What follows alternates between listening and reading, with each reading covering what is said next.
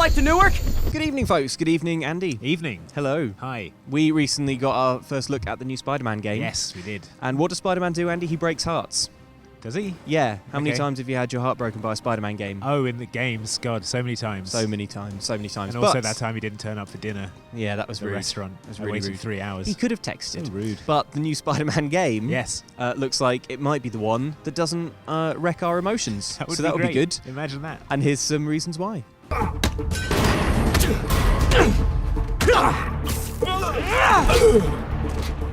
The combat looks pretty good, Yes. right? It does. I mean, it's got that Arkham feel to it. It's a got lot that of- exact Arkham feel. Yeah, but that's good because I think I've said in a video before on Outside Xbox that the combat to me all the and time. to you all the time, All the time. middle of the night Mm. texts, is that the combat in the Arkham games Yeah. always felt more like Spider-Man combat than Batman combat. He's got spider sense, he's flipping over everyone, Yeah. he's jumping out of the way of things, he's just like zipping back and forth. That is 100% Spider-Man. So to see that kind of combat in the Spider-Man game is great.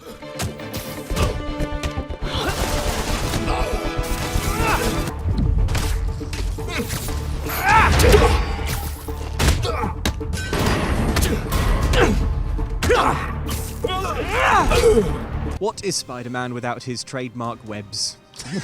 Just man, regular man. And actually, I thought that some of the webbing combat and webbing action in this looked really, really cool because it had this kind of physicsy heft to it. Do you know what I mean? There was definite like weight to it, everything. Like when he webbed that guy up to the underside of that beam. Yeah, and there's like a he's, pulling him slight sort of towards him with- gravitational yeah. whoop. It feels like it's got a really pleasing, rubbery sort of spring to it. But no, everything felt contextual in the sort of the area you were in. So you can web people to walls, you can put them on the underside of beams. Yeah. And he had that the attack as well, where he fired a delayed fired web on a wall. A guy Yes. walked through the Yeah. thing, and it pulled him in and stuck him to the wall. Which The games don't always pick up on that idea of Peter Parker also being excellent at tech and really into gadgets and stuff like that. Just another reason why this Spider-Man is Batman.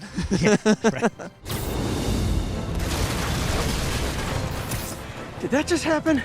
Yeah. The best Spider-Man game, the best Spider-Man anything was Spider-Man 2. Whoa, hang on. And What? No, I've said it now. Okay. I'm just steamrolling past that. Was out there. Spider-Man 2, for the GameCube and PlayStation 2, I think. Yeah. The reason that game was so great and I think has such a cult following. Bruce Campbell voiceover. Bruce Campbell voiceover. That's it. That's the And reason. the open and the world open world. gameplay. Sure. Just being able to swing around New York as Spider-Man with total freedom was really, really good, and it felt really good. And while we haven't played the new Spider-Man yet, it looks, from what we have seen, like that might be coming back. Yeah, and the traversal around the city looked super fluid and satisfying. Yes. And it was, you in those old Spider-Man games, when you're swinging around, you'd like clip a wall and then you sort of stop dead and then Yeah. you'd fall a bit and then you start again. But there was a lot of like that sort of wall running, and then he would like fire a web to swing around the corner and then carry on. Yes, there's a bit where he sort of nimbly swings through like a fire escape. Yeah. That looks really rad. It just looks super fluid, like nothing is going to break your flow when Yeah. you're moving around, which is obviously paramount to being Spider-Man and feeling like you are Spider-Man. Being Mr. Spider-Man. Being Spider-Man. No!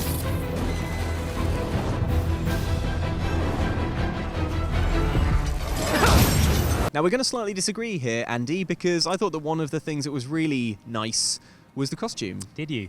I did, It's I know, interesting. but there's something that I know you like about it, and that's the eyes. I do like because the I know eyes, you have yeah. a penchant for Spider-Man having massive, Yeah. moving, expressive eyes. If it was up to me, the mask would be like 90% eyes. And I thought that generally the whole costume looked good, but you didn't like the. I really don't you didn't like the white spider. detailing. I don't like the white detailing. Why? I don't. It just doesn't look right. I don't know why. It just white on red, blue, and white on a Spider-Man costume for me. It doesn't work. I think that spider should be black. Well, it looks good to me, and that's why it's on this list. Is that a Higgs field? That's actually really cool.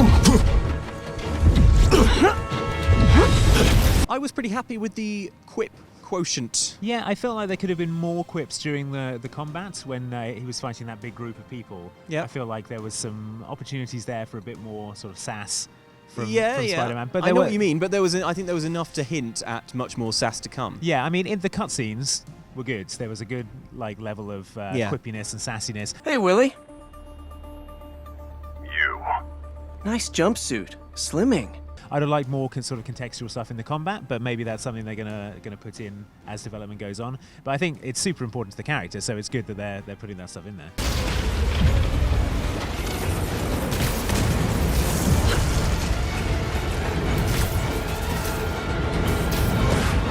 Didn't it look pretty? It did. Didn't Spider-Man look lovely? Yeah, looked really, really good. All the detail on the costume and the lenses on his eyes and Yeah. the city itself and the lighting and everything looked great. It looked like a really, really pretty game. The sun shining off the skyscrapers and stuff like that. Yeah. Now, it's not unknown for open world games to look really beautiful at the sort of trailer stage, but then just the necessity of loading and managing an enormous open world means that sometimes the look and the textures come down slightly. Yeah. But I thought it was promising. I thought it looked awesome. The web effects were really good. I really like the Mr. Negative effects on the villain. Oh, yeah, It's, yeah. Switching back and forth from the negative From being negative to being positive. positive. Yeah, but that looked really good. Can't fault it visually. It looks awesome.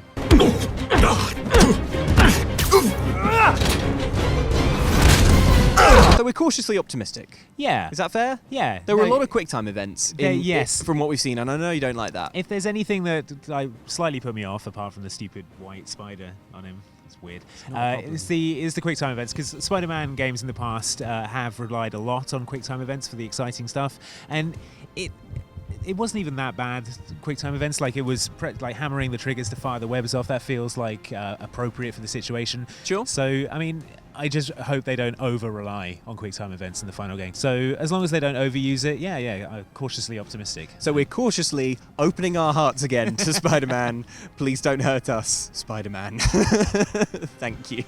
Thank you for watching, guys. If you enjoyed this, then why not subscribe? We've got loads more E3 stuff to watch, haven't we, Andy? We sure do. On Outside Extra and Outside Xbox. So check it out, and we will see you next time. Bye.